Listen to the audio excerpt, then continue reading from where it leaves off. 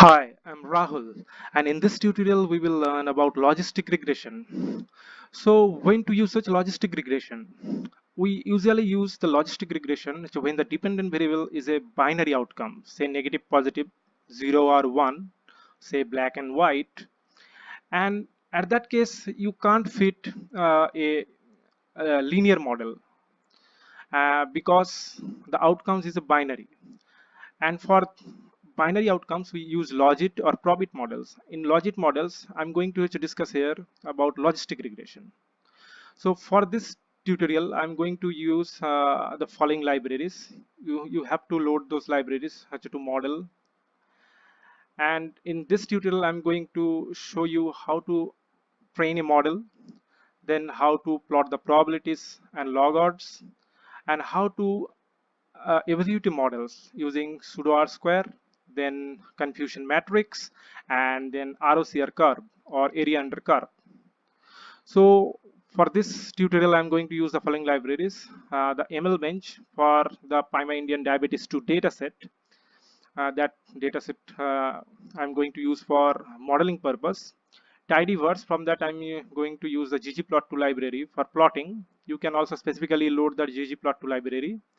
Then Broom package for making the summary statistics tidy, Caret package for computing the confusion matrix, VisRig packet or visualization of regression packet for plotting log odds and probabilities of the logistic regression, then margins to calculate the average marginal effects, R companion library to compute the pseudo R square and to perform a log likelihood test, and ROCR for plotting the receiver operating curve or uh, area under curve. So to see the data set that under ML bench package, if you want to see what are the packages available under ML bench package, just use a data function inside that, give the package equal to ML bench.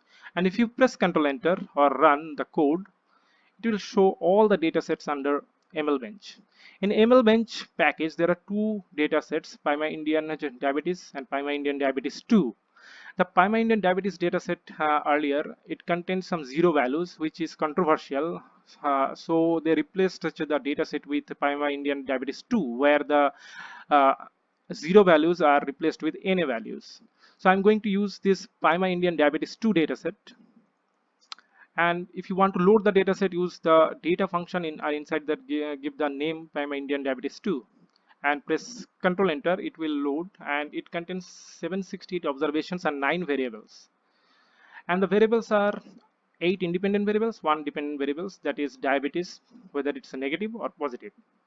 So first is pregnant, number of times pregnant, glucose, plasma glucose concentration, pressure, this diastolic blood pressure, triceps skin fold thickness, insulin 2-hour serum insulin, mass, body mass index, pedigree, diabetes pedigree function, and age.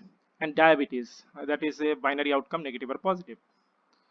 So to see the dataset, use the head function and supply the dataset name, and press Ctrl Enter. It will show the first 6 rows, and here you can see some variable contains NA values, and diabetes are in positive and negative.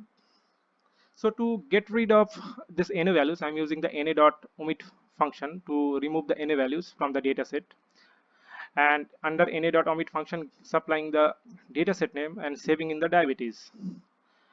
And if you if you see the data set, if you use the head function and supply the diabetes, and if you see, now you can see NA values are almost now you can see the NA values are removed.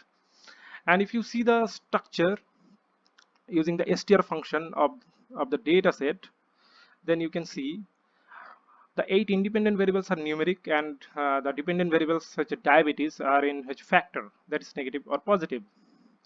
If you see the data set with head function, the diabetes contains such a negative or positive, but I would like to change that into 0 and 1 in numeric values.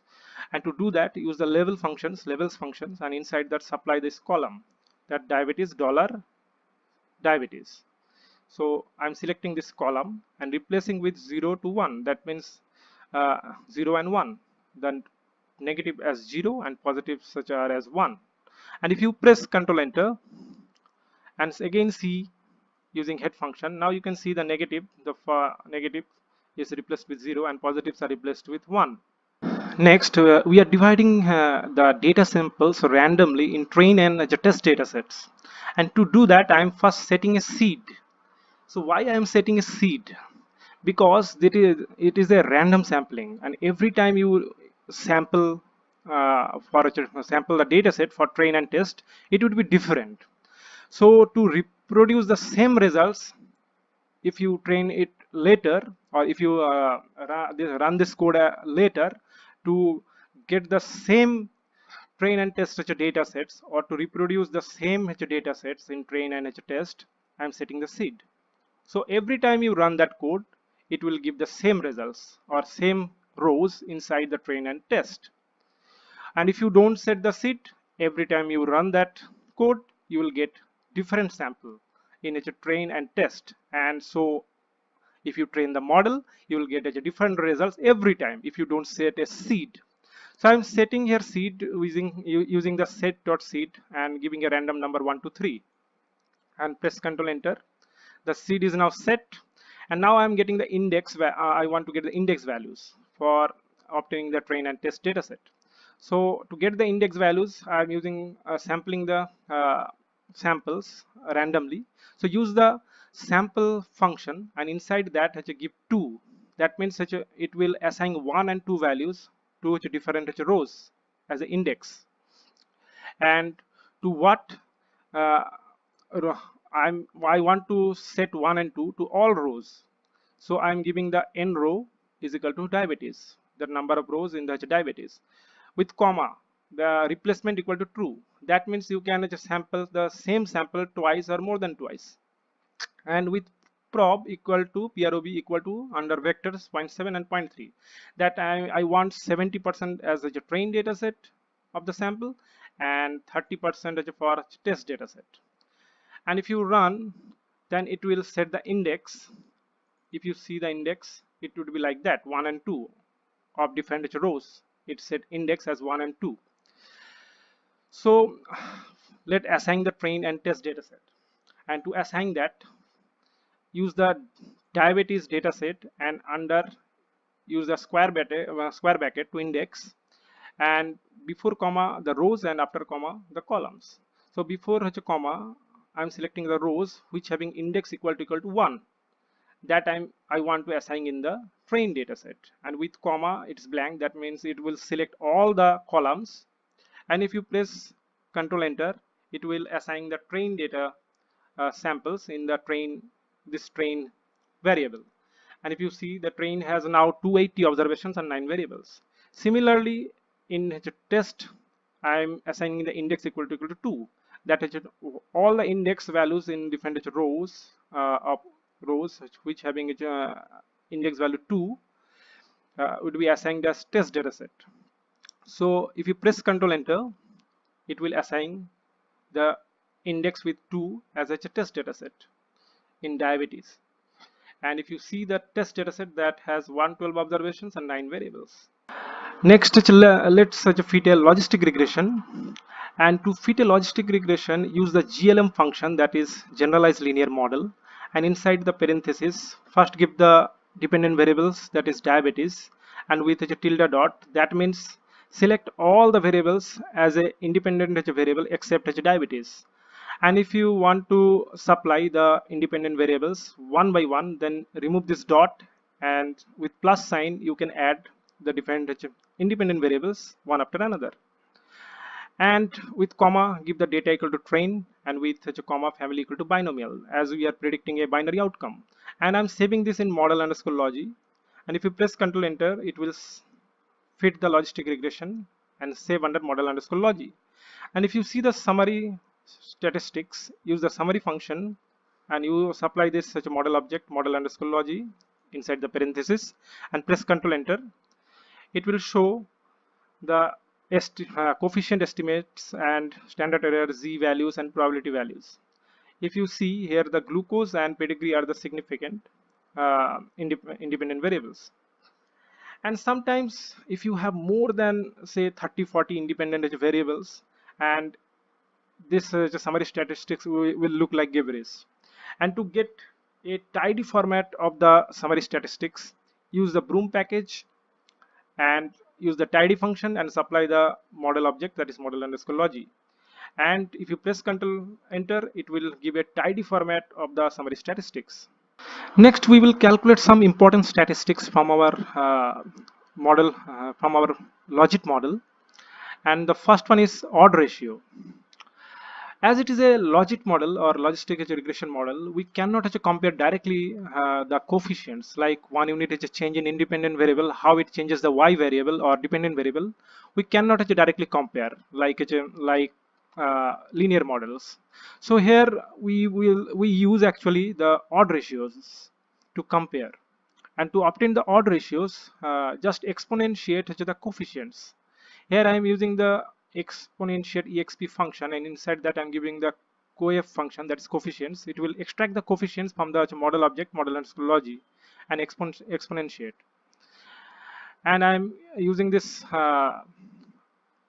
outer parenthesis to print the results. So if you press Ctrl enter, it will show the odd ratios.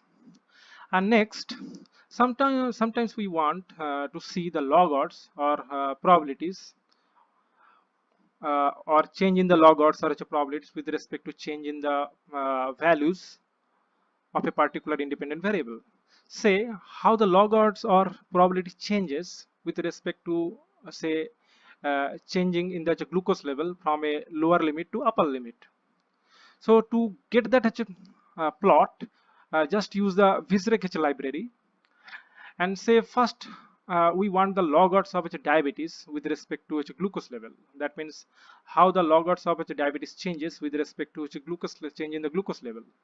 So use the Visrek function inside that, give the model object model underscore logi, and with comma for which variable we want that plot, say glucose, and with comma x level I'm giving the glucose level, and y I'm giving the log odds of diabetes.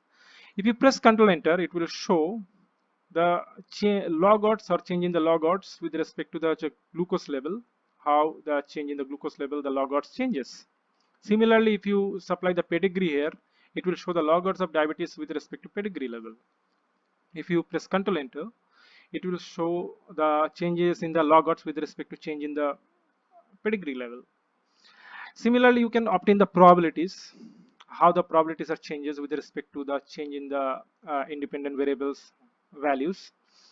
Use the Visrek function again, and inside that give the model object model underscore logi, and with comma give the independent variable for which you want that plot, say glucose, and with comma give the scale equal to response. That means it will plot the probabilities, and with comma ROC equal to 2.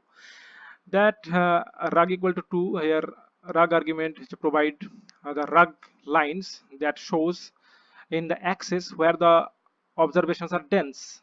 Sometimes there is overlapping of the observations, so we can't just separate or can't tell where the observations are more, and that ROC line helps us to identify that location in the axis. And in x level I'm just giving the glucose level, and y I'm giving the probability of diabetes. If you press Ctrl enter, it will show the probability plot, that how the probability changes from 0 to 1 with respect to the glucose level. And this is the ROC line that shows here from 80 to 140 or 150 or 160, say 80 to 160, the observations are more, and after that observations are less. Similarly for pedigree, you can plot that, and if you press Ctrl enter, you can see the pedigree, the observations are more in between 0 to say 1, and how the probability changes with the pedigree level you can see here. And these are the confidence interval. Next, let's calculate the marginal effect. And what is marginal effect? The marginal effects are also called instantaneous rates of change. You compute them for a variable when all other variables are held constant. You can compute it for discrete independent variables and for continuous independent variables. With discrete independent variables, the marginal effects measure discrete change, that is how do predicted probabilities change as the binary independent variable changes from 0 to 1. And similarly for effect effects for or marginal effects for continuous variable measures the instantaneous rate of change. They are popular in economics discipline because they often provide a good approximation to the amount of change in y that will be produced by 1 unit change in x, that is x1, x2, x3, whatever the independent variable is. There are two ways of computing marginal effects. That is mainly researchers uh, show in their articles or papers, like marginal effects at mean and average marginal effect. The magnitude of the marginal effect depends on the values of the variables along with the coefficients. The marginal effect at mean is popular. That is, compute the marginal effects when all x's or all independent variables are at their mean. But may think that average, but many think that average marginal effects are superior because in this case, for average marginal effects, it computes the marginal effects for every combinations and average it. So it many thinks that it is superior. For computing the marginal effects, use the margins such library for calculating the average marginal effects. So use the margins functions and supply the model object, that is where we have saved our model or logit model underscore logi. I'm saving this in effects underscore logit underscore dia. If you press Ctrl Enter, it will save that, and if you print the results, then you can see here the average marginal effects. You can also see the summary statistics using the summary functions where we have saved the marginal effects, and if you press Ctrl Enter, it will show the summary, that is all the variables, their average marginal effects, standard error, z values, p values, lower limits and upper limits. And you can also get the plot using the plot function and supply the object where you have saved the marginal effects. So inside the plot function, supply that object where you have saved the marginal effect and press Ctrl Enter. It will show the plots of average marginal effect versus all the variables, how the average marginal effect changes. You can also use the ggplot to plot that results. I'm using the summary function and supplying the objects where we have saved the marginal effects and saving in effects underscore logit underscore diabetes. Press Ctrl Enter and save that one. And that is similar to the summary statistics. And if you don't know the ggplot2 how it works, you can just see my ggplot2 tutorials. And to plot that, use the ggplot2 library or tidyverse library that contains the ggplot2. Use the ggplot function. Inside that, give the data where you have saved the summary statistics. That data equal to effect underscore logit underscore diabetes. Plus, with plus I'm using the geom underscore point.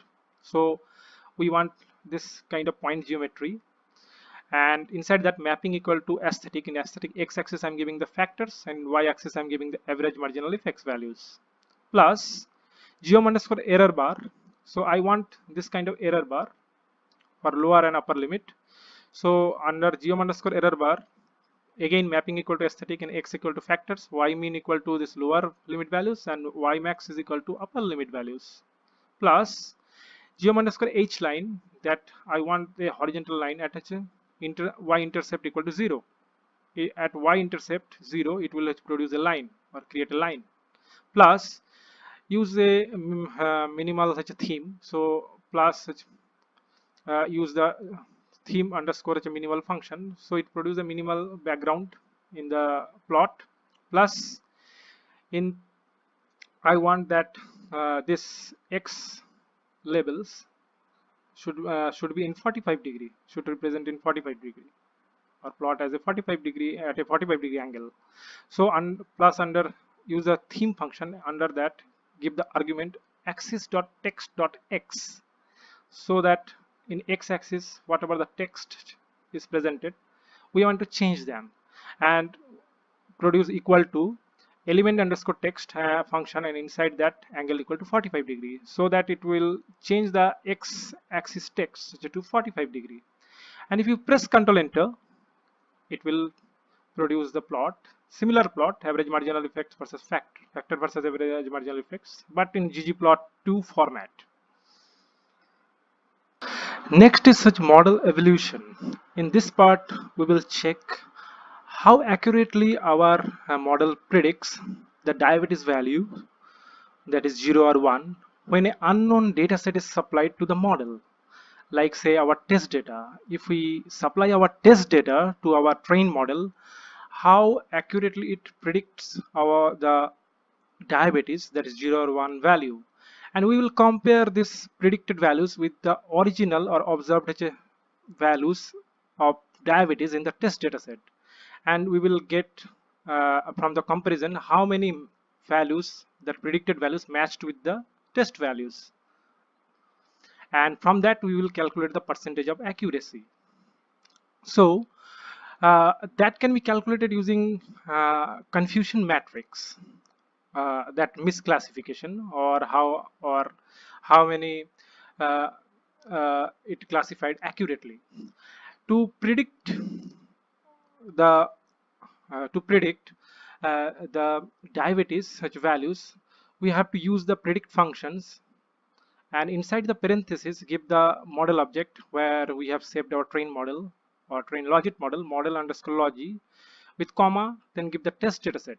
From test dataset we supply the test dataset to our models and obtain the predicted values of the diabetes, and with comma type equal to response, and we save that in PRED.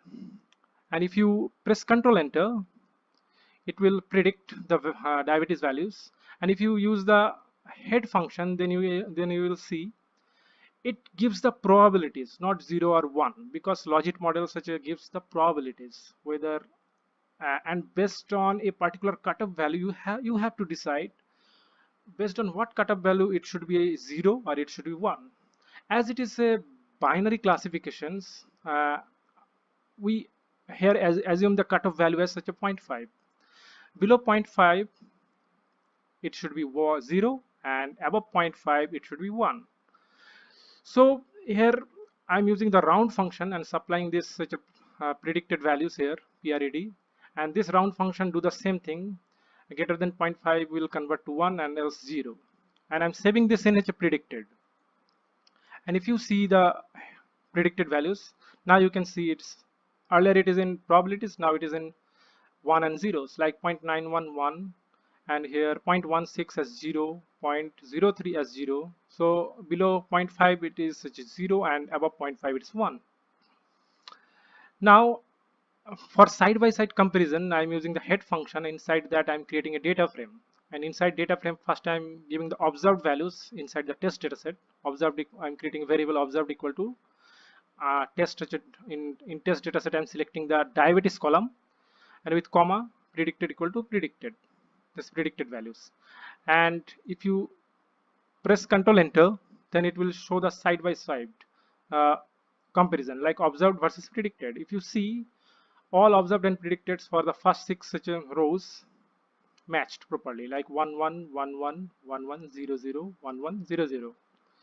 So for comparison we have to create a contingency table, and for creating a contingency table for comparing the predicted and observed values in the test dataset, use the table function, and inside that I am supplying the predicted values that we have predicted based on our model, and with comma the observed values in test $diabetes in test dataset, and saving in the tab variable. If you press Ctrl Enter and see the table, it will show the predicted and observed combinations, like 0 and 0 67 is correctly classified, and 1 and 1 27, 8 misclassified here, and 10 misclassified here as 0 or 1, between 0 and 1. To get the percentage accuracy, I'm using the sum function, and inside that I'm supplying the diagonal values. So I'm using the diag function, and inside giving the tab, this table. So it will calculate the sum of the diagonal values that is properly classified, like 67 and 27. Oblique and dividing with the sum of the tabulated values, the total values in the table, and multiplying with 100. So it will give the percentage of accurately classified. So here the percentage accuracy accurately classified is 83.92 or 83.93%. it's properly classified or correctly classified. You can also obtain the confusion matrix using the caret package. Just load the caret library, caret package using the library function. We have already loaded that library in the start of the video. So from the caret package, use the confusion matrix function, and inside that give the table tab and press Ctrl Enter. It will calculate the accuracy 83.93, 95% confidence interval, NIR value, p values, kappa, Magnomers test, p value, sensitivity, specificity, everything it will give. Next, another measure is calculating the R square value, and we will do here the likelihood ratio test. So here is the R square is quite different from the linear models, where the R square is equal to SSR upon SST, that is sum square regression upon sum square total. Here different researchers has given a different formula or mathematical models to calculate the R square of the logit models or logistic regression model. Here you have to import the R component library, first install and import that, and use the Nagelkerke function, and inside supply the model object where we have saved the model. It will give three types of based on three researchers model, give three R square values. The R square values here, the McFadden pseudo R square values 0.29, Cox and Snell's such ML ML means maximum likelihood 0.30 or 31, and Nagelkerke, Craig and Euler 0.43. Even it will give the max likelihood ratio test, where the degree of freedom difference -8, log likelihood difference -51, chi-square, and p values. So it will actually compare the null model if only intercept is provided with the fitted independent variables. If we supply the independent variables, so how the log likelihood changes. Next is the computation of cutoff values. You may likely to understand how the accuracy will change if the cutoff value changes. You can obtain this one using the ROCR package. Just load the ROCR package. So to obtain this, first use the prediction function, and under that supply the predicted probabilities PRAD with comma. Select the diabetes column from the test dataset, test $diabetes, and I'm saving this in prid.rocr. And if you press Ctrl Enter, it will save under this. After that, use the performance function, and inside that supply the prid.rocr, and with a comma give the accuracy. So it will say I'm saving this one in eval variable. And now if you use the plot function and supply that eval object, it will plot the cutoff versus such accuracy. So how with the cutoff value the accuracy changes? You can see that at 0.6 or near to the 0.6 the accuracy is maximum. To obtain that at which cutoff value the accuracy is maximum, you can use the which.max function, and inside that provide the slot function that will slot out the values, and I'm supplying the inside the slot function the eval object and comma from selecting the y values, that the accuracy value, and here in double square bracket 1, if you see the eval here in y values in slot y.h values under this double square bracket 1, that is the list here, the accuracy values are given.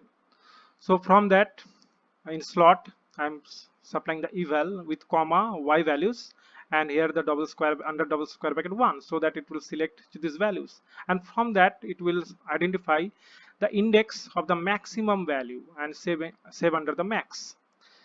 Press Ctrl Enter, and after that I'm calculating the accuracy and cutoff value, the maximum accuracy and maximum cutoff value.